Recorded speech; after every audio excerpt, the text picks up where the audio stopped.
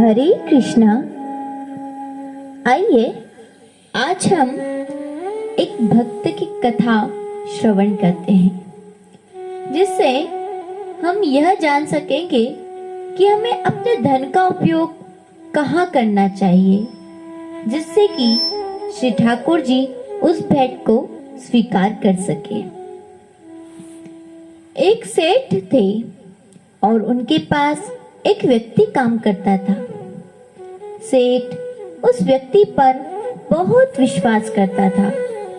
जो भी जरूरी काम हो वो सेठ हमेशा उसी व्यक्ति से कहता था। वो व्यक्ति भगवान का बहुत बड़ा भक्त था। वह सदा भगवान के चिंतन, भजन, कीर्तन, सिमरन, सत्संग आदि का लाभ लेता रहता था। एक दिन उस व्यक्ति से सेठ श्री जगन्नाथ जी धाम यात्रा करने के लिए कुछ दिन की छुट्टी मांगी। सेठ ने उसे छुट्टी देते हुए कहा, भाई मैं तो संसारी आदमी हूँ, हमेशा व्यापार के काम में व्यस्त रहता हूँ, जिसके कारण कभी तीर्थ गमन का लाभ नहीं ले पाता। तुम जा ही रहे हो तो ये लो 100 रुपए मेरी ओर से श्री जगन्नाथ प्रभु के चरणों में समर्पित कर देना। भक्त सेठ से 100 रुपए लेकर श्री जगन्नाथ धाम यात्रा पर निकल गया और कई दिन की पैदल यात्रा करने के बाद वह श्री जगन्नाथपुरी पहुंचा। मंदिर की ओर प्रस्थान करते समय उसने रास्ते में देखा कि बहुत सारे संत, भक्तजन, वैष्णवजन हरि नाम संकीर्तन बड़ी मस्ती में कर रहे हैं। सभी की आंखों में अश्रुधारा बह रही है। जोर जोर से हरि बोल गूंज रहा है। संकीर्तन में बहुत आनंद आ रहा था। भक्त भी नहीं रुककर हरि नाम संकीर्तन का आनंद लेने लगा और खुद भी हरि बोल का नाम जपने लगा। फिर उसने देखा कि संकीर्तन करने वाले भक्तजन इतनी देर से संकीर्तन करने के कारण उनके होठ सूख गए हैं। वह दिखने में कुछ भूखे ही प्रतीत हो रहे थे। उसने सोचा, क्यों ना सेठ के 100 रुपए से इन भक्तों को भोजन करा दूं।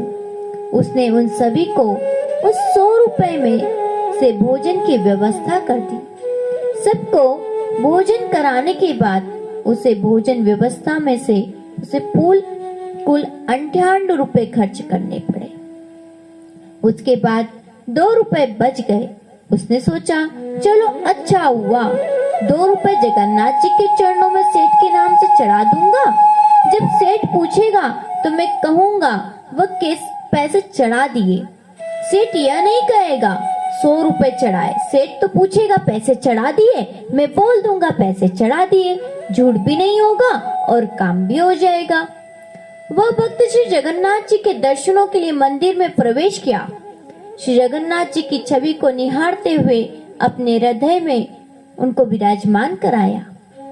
अंत में उसने सेठ के 2 रुपए श्री जगन्नाथ जी के चरणों में चढ़ा दिए और बोला, यह 2 रुपए सेठ ने भेजे हैं। उसी रात सेठ के पास स्वप्न में भी जगन्नाथ जी आए और बोले, सेठ तुम्हारे 58 रुपए मुझे मिल गए हैं। यह कहकर श्री जगन्नाथ जी अंतर्ध्यान हो गए। सेठ सोचने लगा, मेरा नौकर बड़ा ईमानदार है, पर अचानक उसे क्या जरूरत पड़ गई। वह 2 रुपए भगवान को कम चढ़ाया। उसने 2 रुपए का क्या खा लिया होगा, उसने ऐसी क्या जरूरत पड़ी। ऐसा विचार सेठ करता रहा।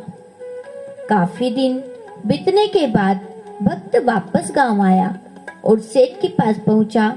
सेठ ने कहा कि मेरे पैसे जगन्नाथ जी को चढ़ा दिए। भक्त बोला, हाँ मैंने पैसे चढ़ा दिए। सेठ ने कहा, पर तुमने 58 रुपए क्यों चढ़ाए, 2 रुपए किस काम में प्रयोग किए। तब भक्त ने सारी बात बताई कि उसने 58 रुपए से संतों को भोजन करा दिया था और ठाकुर जी को सिर्फ 2 रुपए ही चढ़ाए थे।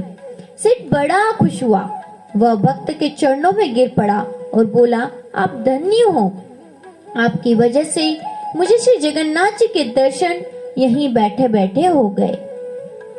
भक्तमाल की कथा करते हुए श्री भक्तमाली बिहारी दास जी महाराज कहते हैं कि भगवान को आपके धन की आवश्यकता नहीं है। भगवान को वह 98 रुपए स्वीकार है जो उनके भक्तों की सेवा में खर्च किए गए, और उस 2 रुपए की कोई महत्व नहीं है जो उनके चरणों में नगद चढ़ाए गए। इसलिए जहां तक हो सके भगवान के प्रियजनों, भगवान के भक्तों को सम्मान कीजिए, उनकी सेवा कीजिए। उन्हें कोई आवश्यकता हो तो उसको पूरा कीजिए, क्योंकि भक्तों की सेवा करने से भगवान के पास आपका नाम रजिस्टर हो जाता है।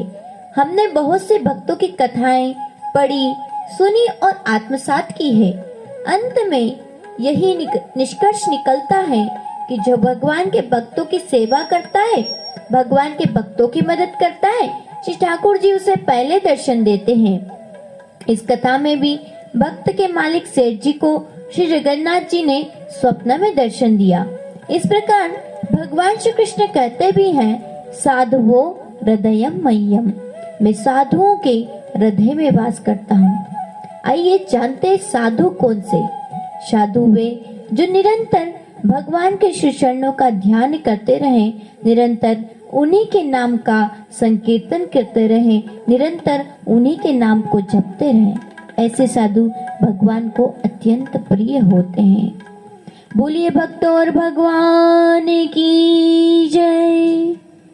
हरे कृष्णा।